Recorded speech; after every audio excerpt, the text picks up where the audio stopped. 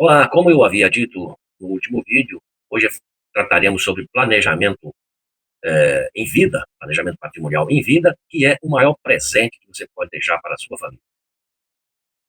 Existem mudanças de perspectivas. Atualmente, nós estamos passando por uma adaptação da reforma tributária.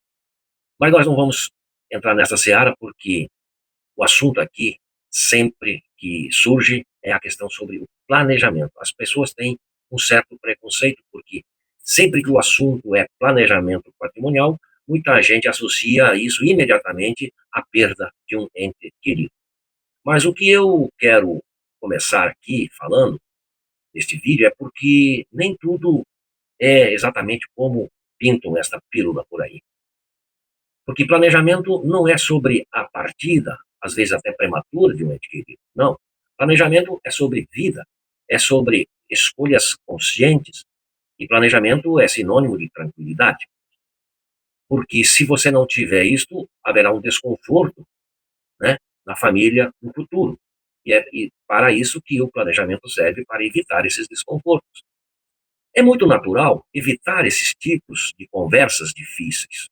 Ninguém gosta de falar sobre ausências, ninguém gosta de falar sobre limites e, por consequência, também não gosta de falar sobre sucessão.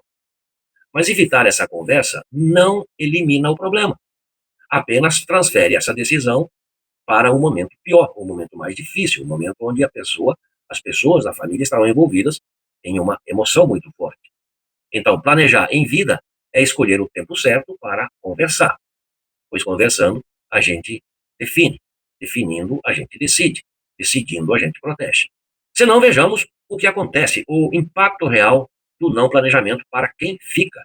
Quando não existe um planejamento, quem fica precisa lidar ao mesmo tempo com a dor, né, o luto, a burocracia, as decisões urgentes e, acima de tudo, os conflitos. Então, tudo isso poderia ser evitado e pode ser evitado. Por quê? Planejar em vida é um gesto de cuidado. Cuidar de quem você ama e cuidar daquele patrimônio que você construiu durante toda uma vida. É evitar que seus filhos, seu cônjuge, os herdeiros de um modo geral, tenham que resolver questões complexas no pior momento emocional possível. Porque planejar é aumentar o controle. Planejar é manter o controle também. Você planeja e você mantém esse controle. Este é um outro ponto muito importante. Quem planeja em vida mantém-se no controle, porque ele define as regras de como será feita isso, como será feita essa transmissão dos bens e como isto e quando isto ocorrerá. Porque ele define os critérios dessa transmissão, ele define os caminhos. Todavia, aquele que não planeja transfere este planejamento para o Estado, ou seja, para o judiciário, para a burocracia, para terceiros decidirem no momento complicado. Porque controle não é poder. Controle é responsabilidade. Então, mantenha-se no controle e planeje o seu patrimônio. Planejamento como continuidade é sinônimo de não ruptura na família. Não há aquela ruptura brusca de um andamento.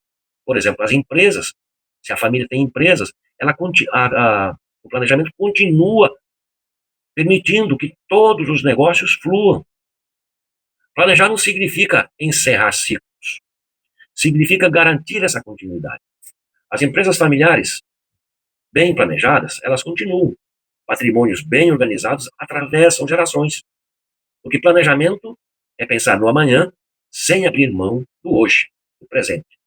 Por quê? Nós vamos ter que deixar um legado. E o principal legado é aquele legado invisível. Porque existe um legado que não aparece em números. É o legado da organização, da previsibilidade, é o legado da paz da família. Muitas famílias herdam patrimônio, mas poucas herdam a tranquilidade. Planejar em vida é deixar os dois, tranquilidade e patrimônio. Porque planejamento não é sinônimo de urgência. Planejamento é maturidade. Planejamento não deve nascer do medo.